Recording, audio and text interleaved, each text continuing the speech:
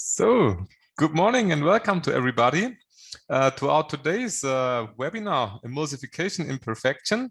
I'm happy to welcome you. My name is Robin Lucke. I'm working here as a process technologist at the ProXES group. I'm also very happy to welcome our guest lecturer, Professor Köhler from the University of Albstadt-Sigmaringen. So a few words to myself. As I said, I'm working here as a process technologist. So in my background, you can see our laboratory. It's located in the south of Germany. So here we help customers and do customer trials. We support you with any questions you have.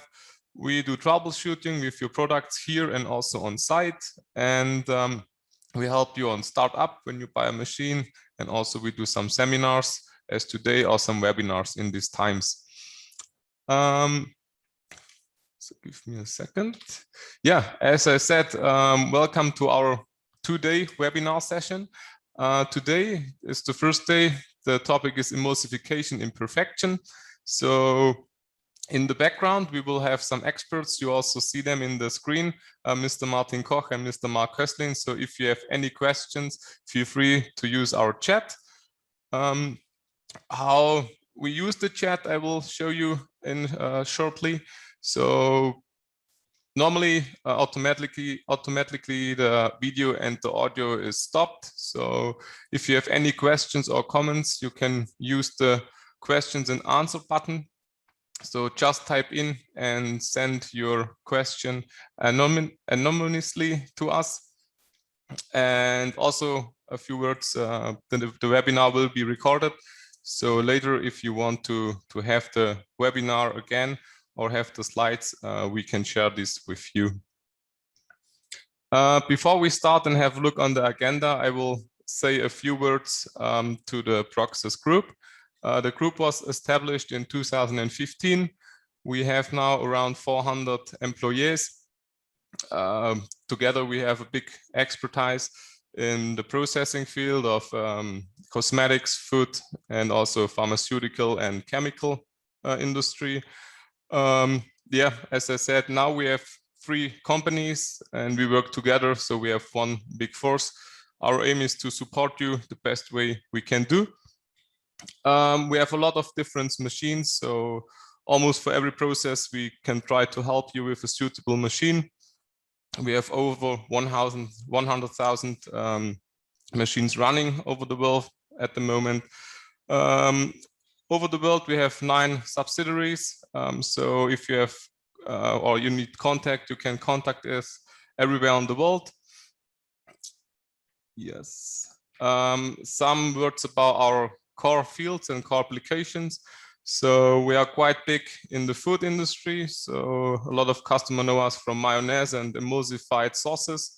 Also, it's coming more and more vegan products itself, and also the bases like nut seed paste for vegan products.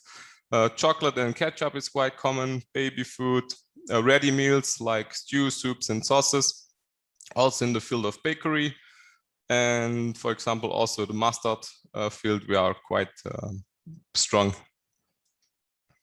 But today we will face more on the personal care sector.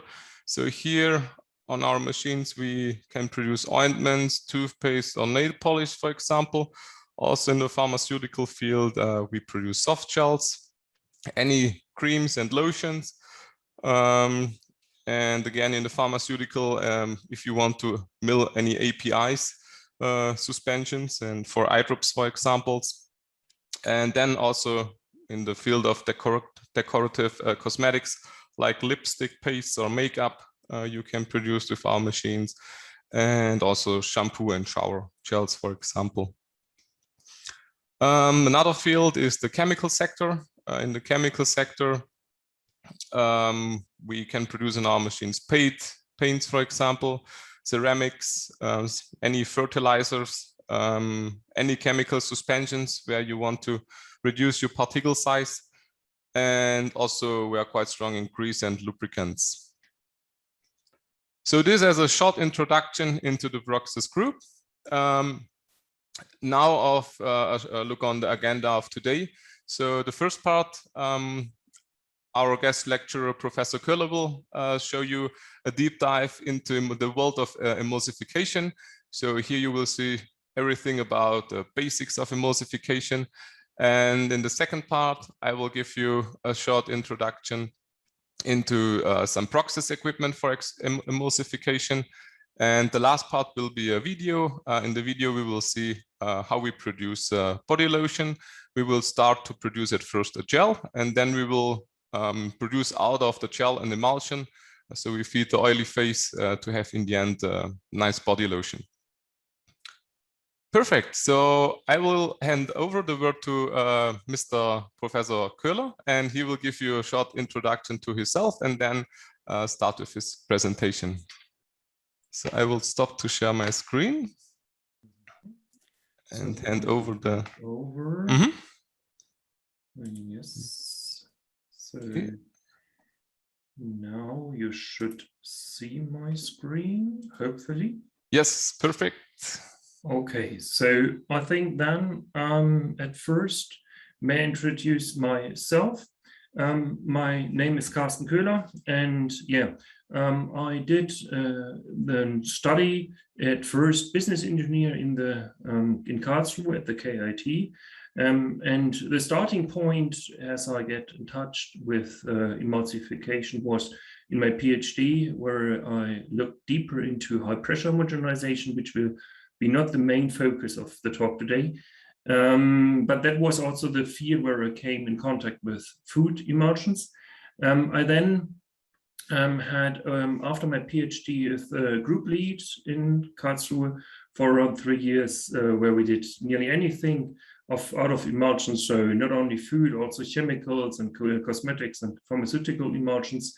A group of around 15 people working on quite fundamental research up to business topics which we tackled. And yeah, after that, I moved to Bayersdorf. Maybe not everybody knows Bayersdorf in the first moment, but if I talk about Nivea, I think the most people know what we are talking about.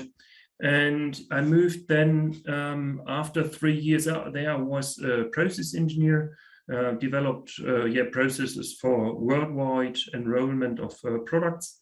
And after that, I moved to Sigmaringen. So since 2016, I'm now in Sigmaringen. And here I'm Dean of the course Pharmaceutical Technology. And yeah, today I have the focus also on pharmaceutical, therefore semi-solid products, for example. And yeah, I will today give you a little bit the overview of all these branches. So what we really do today, let's look a little bit in details.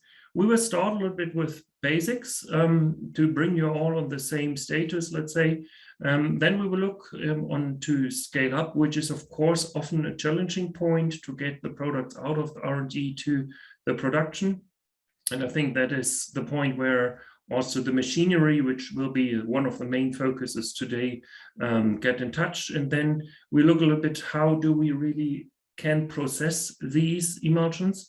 What are differences? And last but not least, I will conclude the whole. So let's start with the basics. And if we look into the basics, at first, of course, we want to sell a product. That could be a pharmaceutical product, pharmaceutical semi-solid product. It could be in cream in the cosmetics. It could be in a dairy product. Never mind, it is always a property which we sell. So we look for properties, and this could be in a pharmaceutical field, for example, bioavailability of an API on a skin. This could be in the food, of course, something like creaminess in your mouth. That could be in the field of the cosmetics, something like viscosity. So we have quite different properties which we want to achieve depending on the branch we are looking into. But the main point is, of course, we always discuss how can we produce them, these properties. And of course, if we talk about the process, we talk about the combination of the formula with the machine. And today we will focus on the machineries due to time. If you have questions more on the formula side, I think we can put them in the end. And now from my experience, we often see that if you are in the production, you hear something like, hey, turn a little bit faster, I want to have the cream whiter. Yeah, that would be, for example, one sentence. So it is a clear correlation between the process and the property we want to get. But we have to say often these functions are hard to understand. And so therefore, the question is, if we really want to understand our product, and often we do not have the time, that is the challenge. But if we really want to understand the process and therefore have a stable process, we need often to understand the structure. And I want to give you a simple example. This could be, for example, if we stay by the color, if you have a cream which should get whiter, then we all know that by reducing the droplet size, the product gets whiter. So therefore, we call these property function. And of course, we also know that, for example, by turning faster with your rotostator, for example, you often get smaller droplet size. So that would be the process function. So you see, often it is the structure which is in between and which gives us many important points how we can achieve our properties, but often we do not really know it in the production side, we have to say. Often also not in R&D side, but that's another topic. So to give you a little bit more deeper insight in this correlation between structure and properties, I want to start with Bayersdorf products. I think it's a nice date due to the fact that the Nivea cream has in this year 111 years on the market, is it now? And what was the, Bayersdorf started with these new product. And what was the interesting point? It was rich, it was valuable for Germany designed market product with a high viscosity. And often we see that these products are often water and oil emulsions. With this, Bayersdorf started the career. And then in the mid of last century, they developed the first little bit lighter product that was the body milk. And with the body milk, they switched from water and oil emulsion, so water droplets in the oil phase, over to an oil and water emulsion. And due to the fact that the outer phase is now water, we reduced the viscosity and the product got much lighter. And if we look further into different structures, we see, for example, nanoemulsions, which we often discuss today. And nanoemulsion have quite small droplets. If you look into the pharmaceutical field, for example, the vaccines today we discuss with Corona are nanoemulsions. So therefore, nanoemulsions have the benefit that they are really light. They, from a consumer side, and also have a really low viscosity. We have more, for example, oils. And with these oils, oilogels, we can achieve high or enriched product, but which is still have a low viscosity. Or we have also hydrogels. Hydrogels have a high viscosity, but are still light in the skin feeling. And in between, we have the foams. And why do I show you this slide? I want to show you that the structure of your product definitely defines your properties. So you have to, understand this. And the question is, of course, if we now look a little bit deeper into what is the critical parameters in your emulsion. And often this is hard to find, and I just will give you today a short look into parameters which are possible, but they are much more. So if you look into your oil and water emulsion, of course, the first point is, of course, the droplet size. The droplet size distribution is quite important for emulsions. You can have quite big differences on the emulsion. We have on the next slide, we have the particle form, which can significant in the structure or the disperse phase fraction. But not only this, also on the continuous phase, we see, for example, laminar structures, which we often find in cosmetics. Or we have, for example, polymer structures, where we have used polymers to structure the outer phase. And last but not least, also now the solvent properties are important for the overall product. So you see, there are a lot of parameters, and to find the parameter which is for you important is quite a tricky way. Yeah? So if we would have time, I would go over hours in this topic. Today, just keep in mind it is important to find the right one. But what we concentrate today is more to the process. So how can we really achieve now these structures? And we will achieve it by processes, and therefore look a little bit deeper into what is the process. And classical, we start that we feed our compounds in one batch. So we have a pre-emulsion. So we have large droplets, and we have the water phase and emulsifiers, for example, to stabilize these emulsions. And now by increasing or having an energy input, and higher energy input, we will achieve smaller droplets, and we call these the disruption process. But that's not all, because if we can't stabilize these small droplets, we will have coalescence, and this coalescence would lead again to large droplets. Or if we have the right emulsifier in the right concentration, in the right kinetics, we will say that we have small droplets. So, but let's start with the disruption process and go a little bit deeper. And today in this field, we have a lot of theory. I will not go in detail because I think it's for the practical side not as relevant as for really the R&D or the research side. So if we look into, in general, what we see is if we have a classical rotostator, that could be your magic stick at the kitchen, or it could be your spoon in your cup in front of you. So if we look into simple rotostator devices, we see we have something which is rotating in the inner side often, and we have an outer stator. And in between the rotor and the stator now we get in shear flow. So by the machine we generate a flow, and this flow now produce tensions, and this tensions works on the droplets.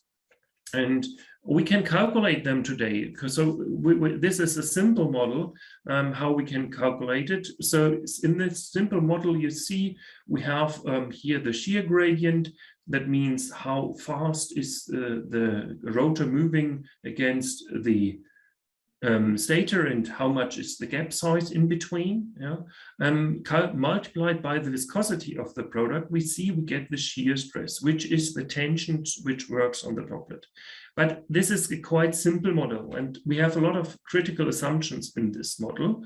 So what I want to show you is by having this model, you can assume some factors which could be important. And this is, of course, the rotor diameter, which can affect significantly your process. It could be the rotor speed, and it could be the gap size in between the rotor and the stator. So overall, the geometry of your device is quite important.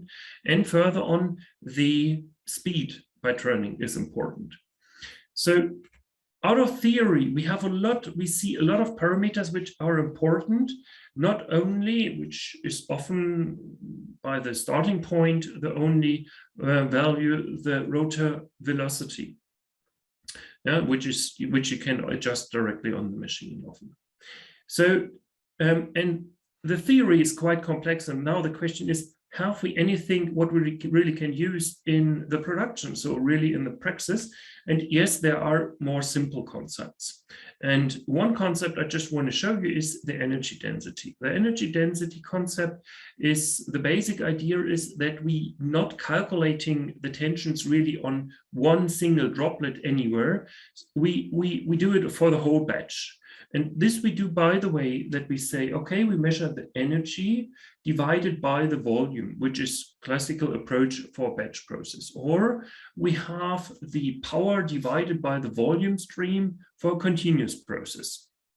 I think I skipped the rest one because they are not so important for today, for different applications. So how do we do it really in the praxis? We have, for example, here a mixer. And we need the volume, and I think often you know the volume, hopefully, because I mean you have to sell them later on, so you should know your volume further on.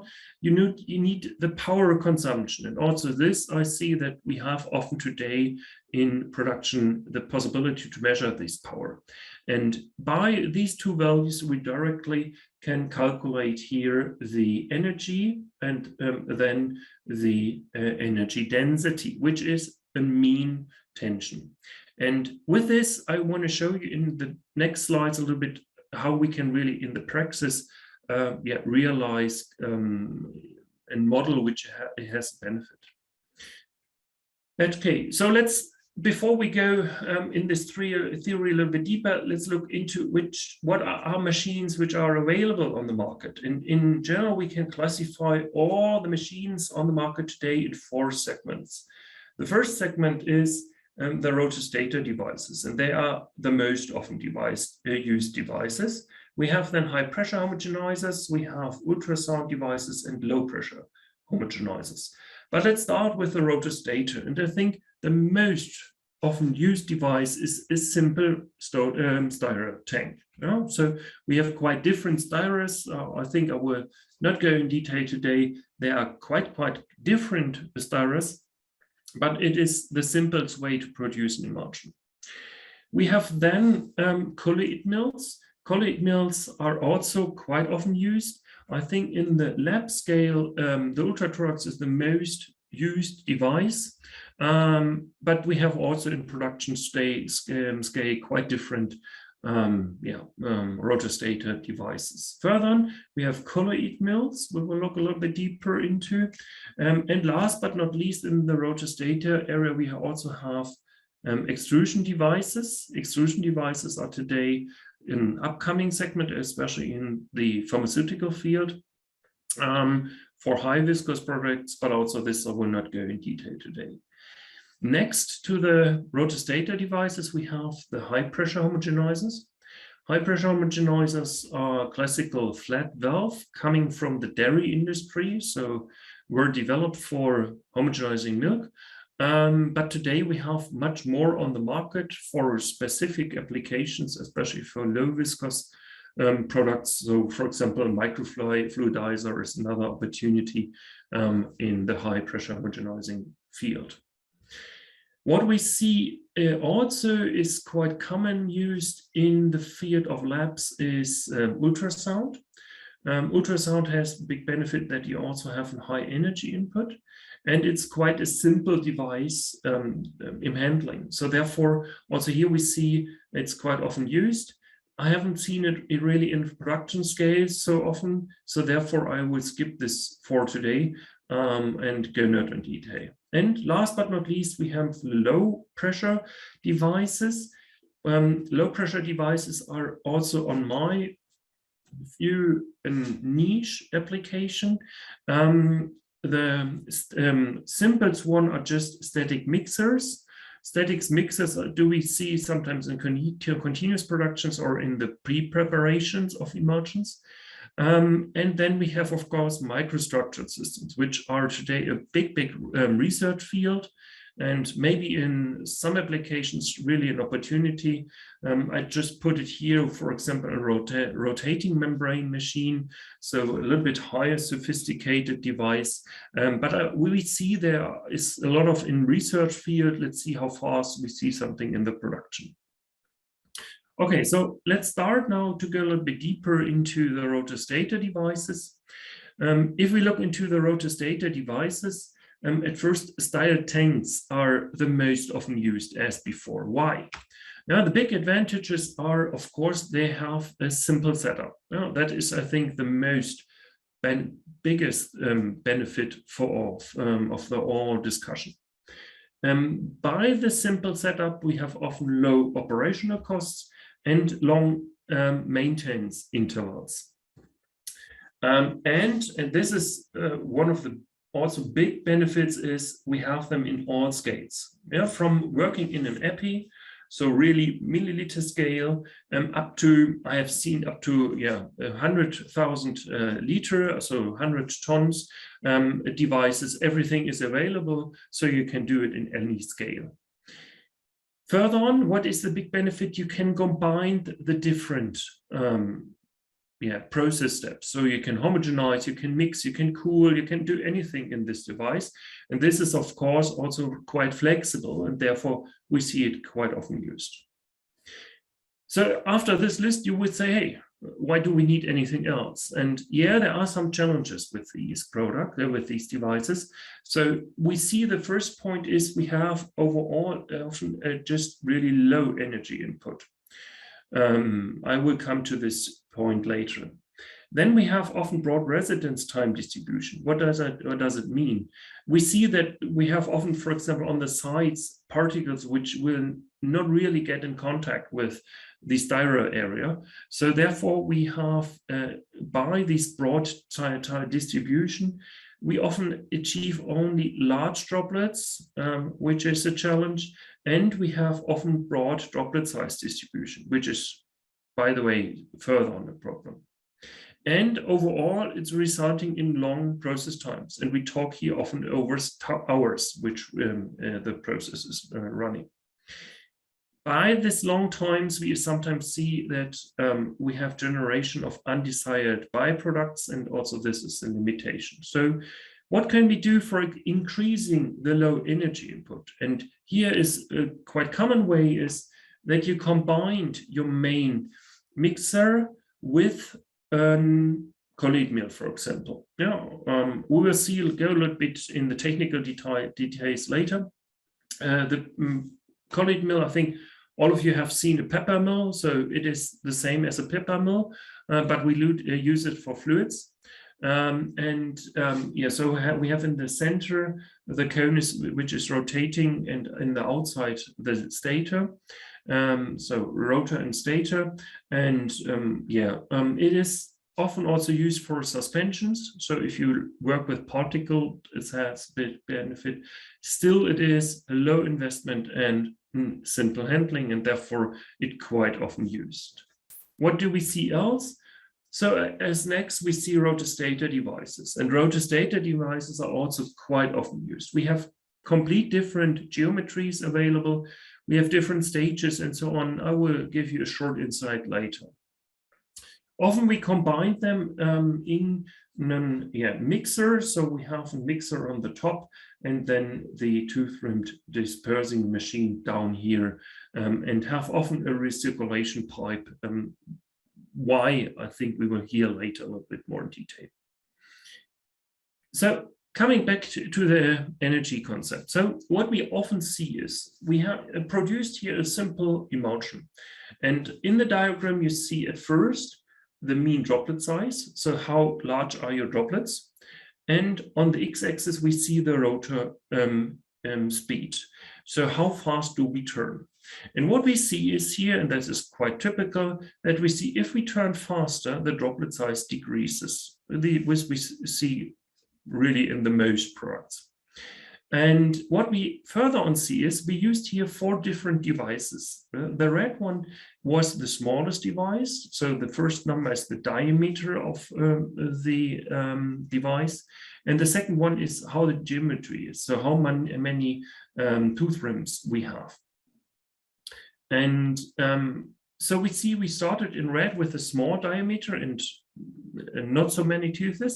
And there we see, we get smaller droplets, but we also see in comparison of the different plants, we get the largest droplets. And now if we increase the number of teeth, or if we increase the diameter, we see that the droplet sizes get smaller. And this is, of course, now a challenge, because if you have in lab scale different device than in production, and this is common, that it's larger, we see that here we get the challenge, we cannot really compare the products. And I have seen here processes where we sometimes talk not about a factor 10, not a factor 100. We sometimes talk about a factor 1000, which is in between. So therefore, how can we really establish a stable process in the scale up? And now if we take the energy density, so here, this was just on the plant, the number which you could put on how fast it should turn. If you really measure the energy density, so the volume and the power which the machine needs. By the way, if you plot it now over the energy density, yeah, you see the x-axis is now the specific energy. We see that all the lines coming together. And now we can compare the different devices and tell directly. It doesn't mind how you really achieve the energy input by turning fast, by using a larger device, but you have to get a specific energy input, and then you are able to get a specific structure. I want to show you on the next slide that this is not only for tooth rims available, you can also do it for colloid mills. Yeah, we compared here the colloid mill produced a classical oil and water emulsion looking like a mayonnaise. Yeah, and we see that by having a small diameter comparing with a large diameter, we see they are directly on the same line. So we can compare them now. Okay, so far everything to the rotostator, the basics. Now let's short look into high pressure homogenization. High pressure homogenization is, how does a machine looks like? We have classical pump, and then we have this valve after the pump. And the valve is quite a small part only of the whole plant. We see that we can have plants today up to 10,000 bar, so quite impressive pressures which we can handle on it. The challenge is that they are often quite fast processes. Yeah, that is a challenge for the formula. And we have all quite different geometries on the market. I will not go in detail today, just to keep in mind that there are different in a market. So if you discuss with different person who offer you something, maybe a comparison makes sense. So in the end, so now I introduced to you four different devices. The first one was rotostator, and rotostator devices are often therefore broad used because they are quite simple in the handling. But we see, especially for low viscous products, sometimes the challenge that they produce often only large droplets. So if we look into high viscous products, the diagram looks a little bit different, but for low viscous emulsions, we have often the challenge that we are not able to produce small droplets. With high pressure homogenizers, we are able to produce small droplets, really small droplets, also in the nano size. We are able to produce emulsions today. And ultrasound is in the same field, but as far as I see, not really in the production scale available.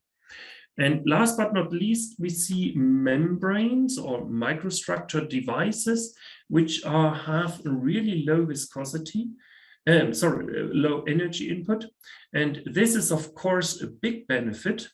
But we see if we want to achieve higher dispersed phase concentrations, we see this energy benefit is got lost. So therefore, I do not see that really in this topic, low pressure systems will really change the game. Okay, so now we concentrated mainly on how do we really produce more droplets. And we will now concentrate a little bit more in the end of my talk of this chapter on the stabilization. And if we talk about emulsions, we classically start with an oil and water emulsion. And this emulsion now has different instabilities, which we often see. And the first one is, of course, sedimentation. Yeah, so that the droplets, for example, if they are lighter, coming up to the surface. Classical, as you know, from dairy products. But we also see flocculation can be a challenge, so that the droplets attach to each other. both often leading then to coalescence. Coalescence means that two droplets are really flowing into each other, so we have one droplet. Last but not least, we see Oswald ripening, which is an effect over the capillary pressure of the droplets. In short, we can say the large droplets eat the small droplets. We see it often on the long-term stability more effective, but all Oswald ripening and coalescence are leading then often to a breakage of the emulsion. That means that I get a pure phase back. Quite classical that I have on the top of the screen layer of my oil, for example. Yeah. What else do we see? We see also the phase inversion, but this I will skip today. So with this knowledge, in the short time production, we often have the problem with the coalescence. And now let's look a little bit into details. One challenging point is always to find the right emulsifier in emulsions. And if we now look into different kinetics of emulsifiers, so we have one emulsifier which is a chemical tenside, which is quite fast. Yeah, so it is fast on the droplet, so it can act fast on the stabilization. And we have something like egg yolk, which is coming from the food area, for example, where we have a slow kinetic.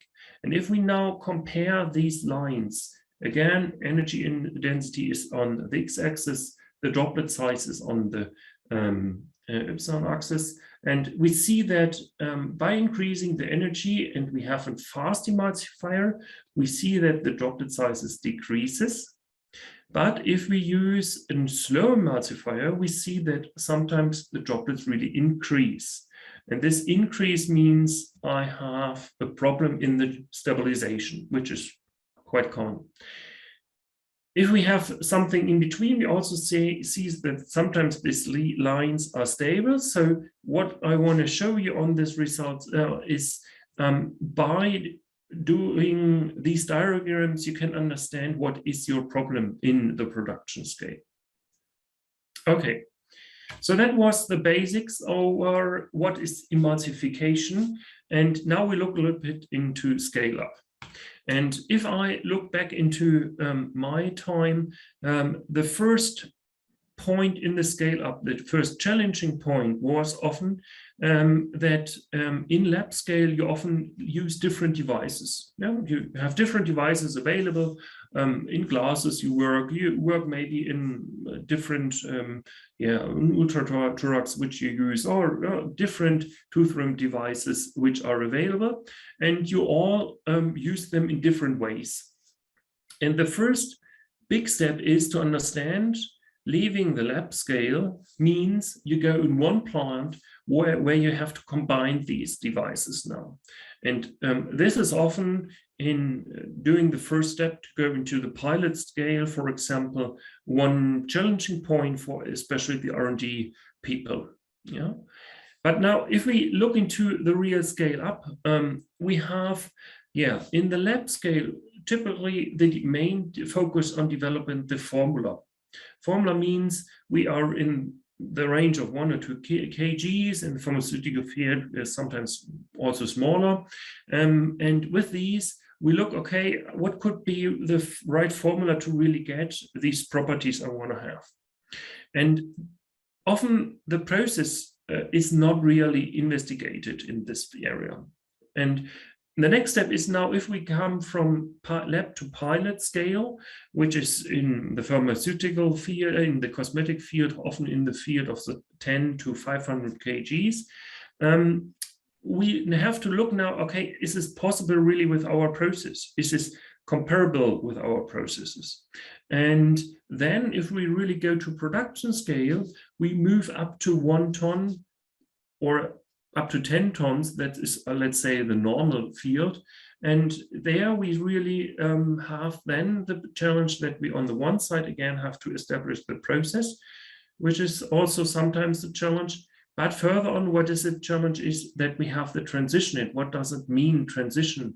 Now, if I look into a large production network, in this large production network, we often have different plant sizes. And then we have to see how far are they really comparable. And this is often a challenge.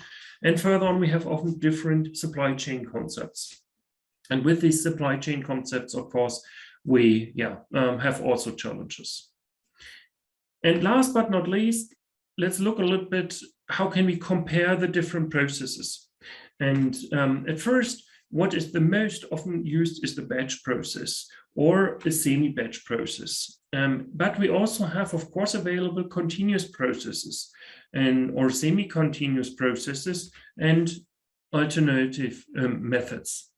So what is the difference and when do we use them? At first, the batch process is, of course, mainly the big benefit is we have different opportunities to process parallel. So as mentioned as on the styro tanks. But we also see we have, and this is especially in the pharmaceutical field, quite important, the clear batch traceability. Further on, and this is a really big benefit of the batch process, we can do the emulsification to specification. And this is, I think, one of the biggest benefits, so you can do longer if you have a problem. And you have a high flexibility in process parameters, also in input substances, or also a process break, which is in the international field often a topic, is also often handleable. Last but not least, also the simple control, measure and control techniques are a big benefit. But you see in the continuous production often extreme process parameters are possible. So that is one point where we often see we have to move, or which is on the economic side, the main focus is we can do large scale production. And this is one reason why we see sometimes in a world scale, really, we move to these devices. Further on, we have often high selectivity, so narrow residence time distribution. But the challenge is, of course, the ramp up and the shutdown loss. Yeah, that is a challenge in the continuous processes. Just to show you some pictures, yeah, on the left side, you see a classical production device, production site. In the back, you have your tanks where you have your classical products, and in the front, you have on the left side 2 vessels where you can prepare your phase and then the main vessel. And for continuous production, we see mainly pipes. So I have not the time to go in detail, but we have some pipes comparing different compounds and mixing them together. And yeah, that's a classical continuous device. Further on, we have the challenge that we have cold methods available. Cold methods means everything stays cold, and that is, of course, big energy saving.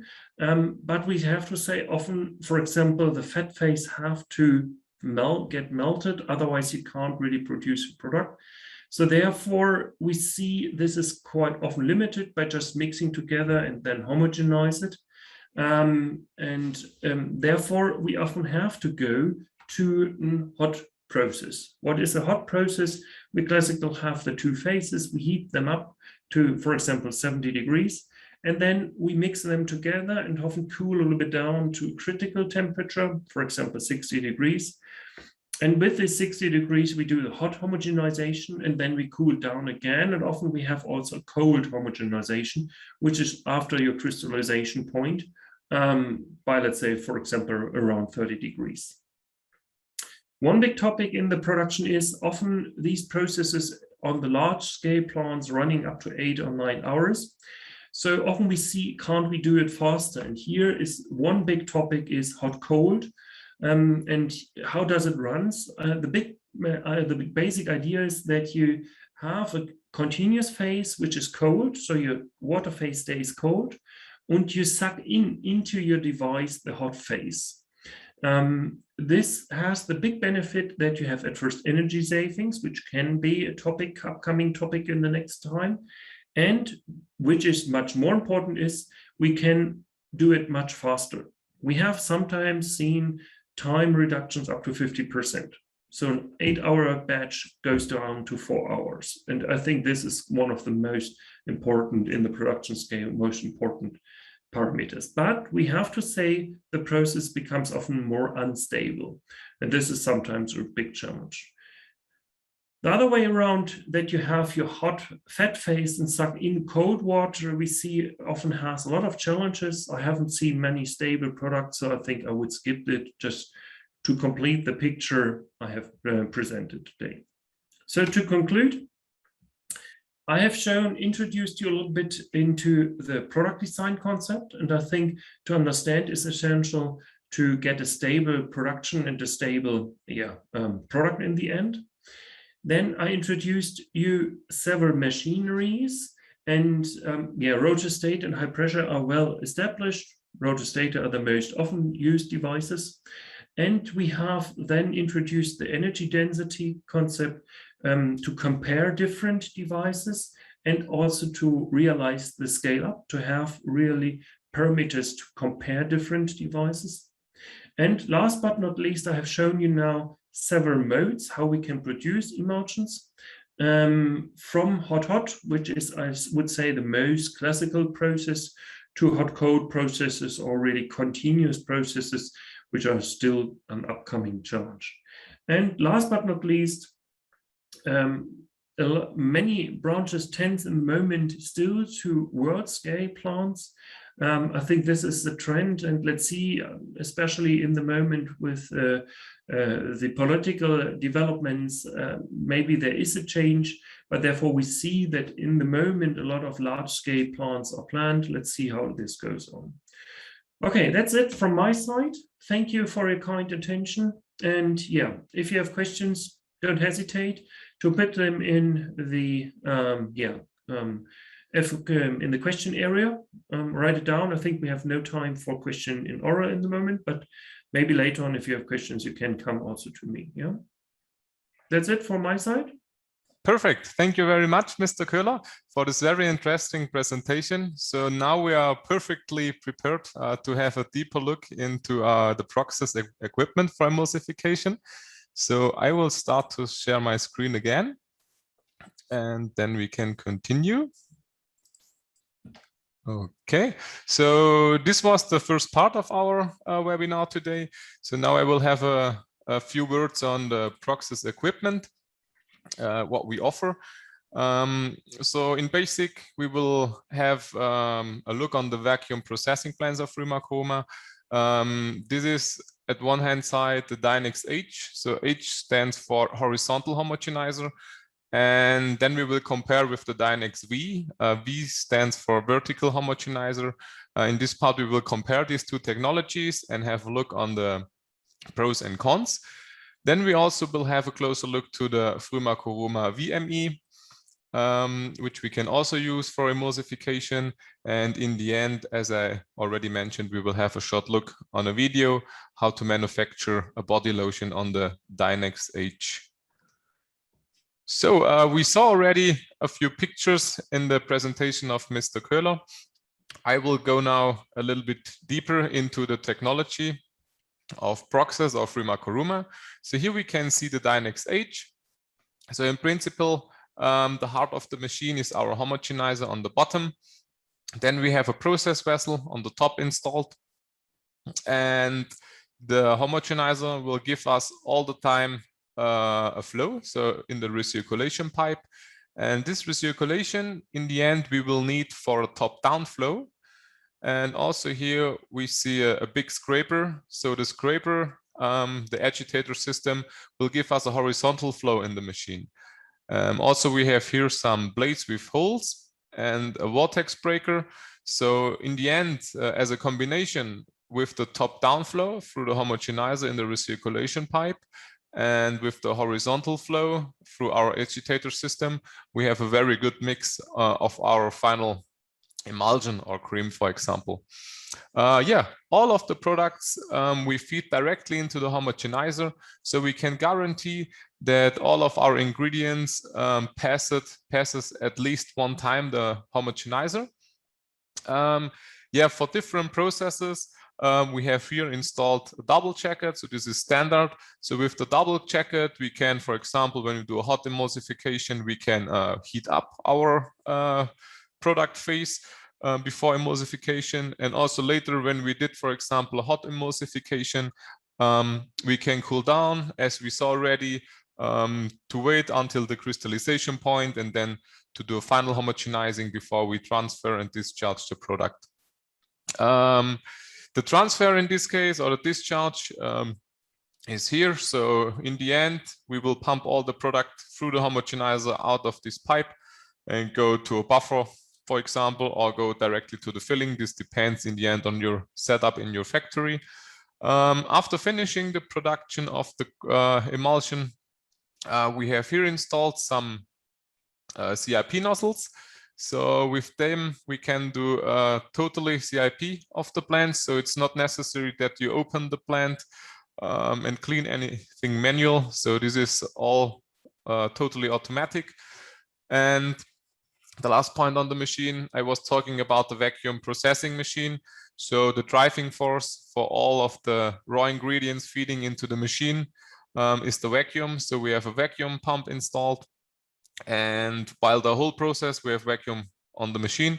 So we can feed all the ingredients, and also we get the air already outside of the product. So in the end, we have already a good deaerated product. So this guarantees us a faster processing and also longer shelf life in the end, because we can avoid some or any oxidation processes. On the right-hand side, for example, we see a DinexH in real. Yeah.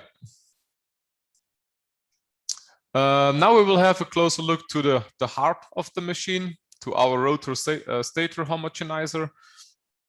So in principle, we have a liquid phase, or we need a liquid phase to pump all the time in this direction. And then we have here, we call it a premixing area, a premixing zone. We have here an impeller, which already gives us a premix, for example, with a water phase and powders, or also with water phase and oil phase. Then we have here a dispersion disk. This is, for example, to create some turbulences, also to premix, for example, liquids. And also if we have some bigger lumps in the product, because we feed the powder very fast, we can break it through the holes. And then we come into our high shear zone of the homogenizer. So we have the rotor and the stator. Here we can see the teeth of the rotor in this case. And the blue part here, this is our pumping impeller. This gives us an additional pumping effect of the whole system to pump the product very fast around, and also to have some pumping capacity if we have high viscosities in our product. Then we have a closer look to the inside of the vessel, to our agitator scraper system. So here we have different agitator systems available. For example, we have a single arm agitator with a vortex breaker. So this is our vortex breaker, and this is our scraper, which turns around. This is normally used for products which has a lower viscosity. If we go to a higher viscosity, we take an anchor agitator. So you see we have here like a double or two arms, which gives us a better mixture. And if you produce any product which is very, very high viscous, we have a coaxial agitator. So in this case, our scraper turns, for example, right-hand side, and the inner agitator, so this area here, turns left-hand side. So we have a very good mixture of the product in the end. These were a few words for the DinexH. Now we have a look for the DinexV. So as I mentioned already, the V stands for vertical homogenizer. So in principle, the design is exactly the same as on the DinexH, only the homogenizer looks different. In this case, as I said, it's vertical. So inside the homogenizer, so the tools of the homogenizer are the same, but we have here one option, which gives us a lot of advantages. We can bring rotor and stator apart and together. So we can decide if we have a product which needs only at some critical point less shear, we can go, for example, to the pumping mode. So we go rotor and stator apart. And when we do the emulsification, for example, we go to a dispersion mode. So we go together, and then we can get high energy into the product. Then we go to the dispersing mode. One option here also, what we didn't see before, we have here a short loop. So it's also possible to pump this way. In this case, we can produce a smaller batch. So in case you want to try something, or you don't have to produce the full capacity, so you could produce here a smaller batch. And also, if you have a product which tends to be very foamy, for example, if you imagine with the level is around this line, and then we do an under level recirculation. So in this case, the product is not splashing on the top, so we can avoid foam creation. Now we will have a little closer look to the homogenizer of the DinexV. As I mentioned already, we have two options. We can go with a pumping mode, and we can go with a dispersing mode. When we have a look and think back to the DinexH, to the horizontal version, here we only can go with the dispersing mode. So we cannot change to go to the pumping mode. But for this execution, for the DinexV, we can choose in between both these modes. At first, we will have a look on the pumping mode.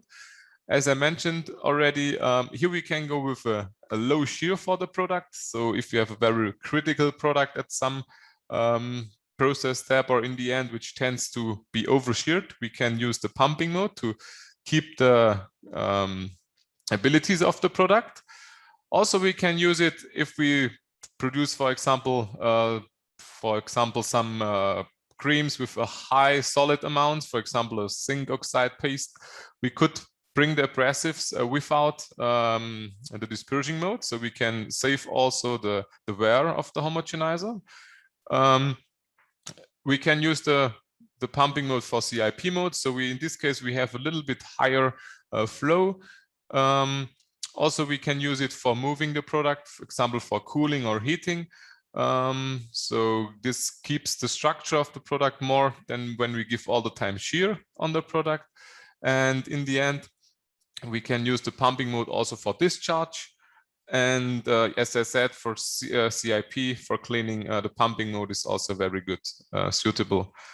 When we have a look on the dispersing mode, so when we use it, when we use this mode, we have high shear. So this is for emulsification. This is when we bring any reactive materials like the thickening agents, like the gums, like a carbopol, something like that, CMC, for example. Also for emulsification, as I said. So as soon as we bring water and oil, so the two phases together, we go to the dispersing mode. And also, if you have any particles or agglomerates inside, we can reduce the particle size a little bit with the dispersing mode. And the same as in pumping mode, yeah, we can use the dispersing mode also for the CIP for fast cleaning. So this is both possible. As a summary, again, a few advantages of the DinexV compared to the DinexH. Through the integrated pumping mode and the stator adjustment, we don't need an additional pump. So this is, for example, when we want to keep some structures. This we will see also in the video later. In this case, we don't need to invest in an additional pump because it's already in this machine. Also, while cooling and for this such, for example, we can use the circulation for the cooling with minimized shear. For discharge, we don't over-shear it in the end. For sure, it depends on your product. And also the pumping mode has a good suction capacity, also when you have very high viscosities. So the discharge in the end is normally with this technology no problem at all. And the big advantage also, for sure, you don't need the additional pump and you don't need the additional piping to the pump for a secondary circulation line. So the included product losses, for example, or the work you need to clean additionally parts of the plant, you don't have in this case. So you can save time and money, and also you can save product. Now we will have a short look before we see the video on the VME technology. So the VME, we have also a scraper system inside. We have a lot of different executions inside. We will see on the next page. In this case, we have some dissolver discs we can use for emulsification, kind of, or in this case, this is more for toothpaste manufacturing. And if we want to go for emulsification, for example, we can build in here for number 8, a colloid mill, as Mr. Köhler showed already. So the product also, we have vacuum on the system. In this case, we can suck the product in through this valve or through this valve, for example. And then we have a good mixture. So horizontal flow with the agitator, top-down flow, we can guarantee with this mixing aggregate. In the end, we do the product discharge through this valve. And also this machine is, again, CIP able.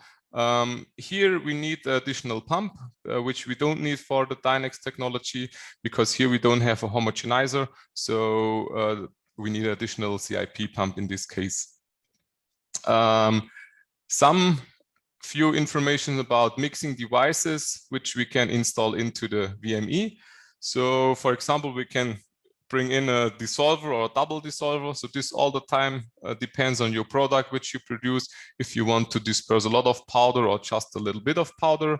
Also, we can install some sinus mixer or propeller mixer. So we are here very flexible. It's also possible to install a colloid mill. So in the end, we just have to check that we can guarantee a good mixture in the whole plant. So depending on your product, if it's quite liquid or if it needs a lot of shear, for example, toothpaste, we would go for a dissolver solution with scraper. So we have this flow. And if we have some products which need a lot top-down flow, we would use a sinus mixer. Or if you want to do emulsification in the machine, we could install here also a colloid mill. So last page before we have a look on the final video, a short overview about different products which we can produce. So you see it's quite flexible. So any emulsions, we can produce decorative cosmetics, any lotions, shampoo, shower gels, hydrogels, mascara, lipstick paste, for example, also foams, for example, for shaving, oleo gels, and all fat and ointments and toothpaste, for example. So we are very flexible on our equipment. Okay, so I will change the screen and then we can have a look on the video.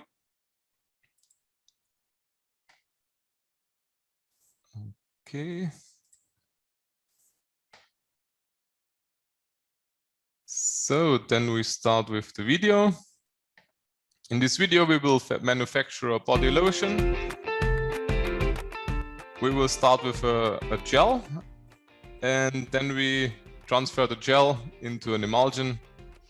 So this is our DinexH horizontal homogenizer. So you see we have a single arm agitator inside with a vortex breaker.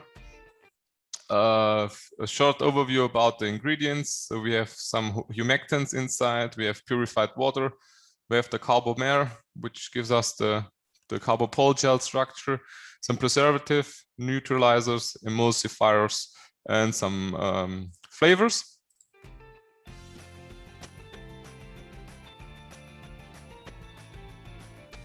The first step is we bring the water in the machine. In this case, we are via dosing. Then we bring the glycerin inside, so we start the scraper and we start the vacuum pump. Then we start the homogenizer. In this case, we have 3000. This is maximum speed for this machine size, so it's a 200 liter machine, so we can go with around 150 kg batch. Then we feed the powder, so the carbopol and the colors.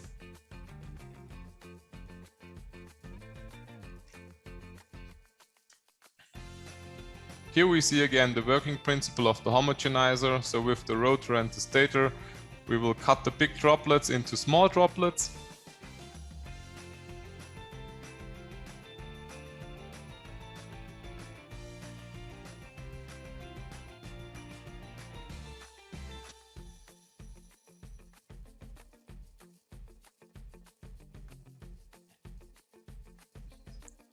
Now we do the aeration. So we have some water in, some air bubbles inside. So before we bring in the sodium hydroxide in this case, which gives us the viscosity, we want to bring the air before outside, before we create the viscosity. So now we deaerate, get the air inside. Next step is to bring the emulsifiers inside. And also the preservatives.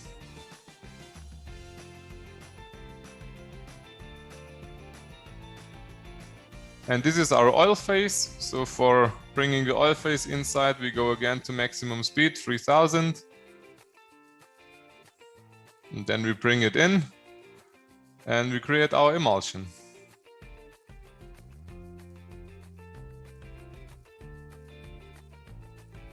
Last step is we bring the perfume inside. So on the back you can see the recirculation flow. Now we can take a sample.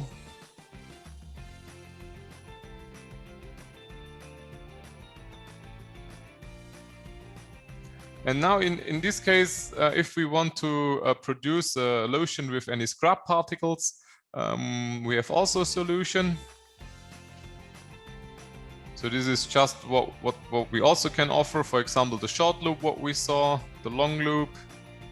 In this case, we have a counter-rotating, a coaxial scraper. And here on the DinexH, we now need the external pump to keep the structure of the scrubs in the product, because the homogenizer would cut it. In this case, we can bring in the scrubs and then we have to bypass the homogenizer with an additional pump. And this pump we don't need on the DinexV, because here we have the pumping mode, what you see on the right hand side. Also, if you want to produce a product which, for example, you have to do a sterilization, we can do overpressure execution of the plant and we can go up to 3 bars. So you can do sterilization at 121 degrees, for example. Okay, great. So let's change back.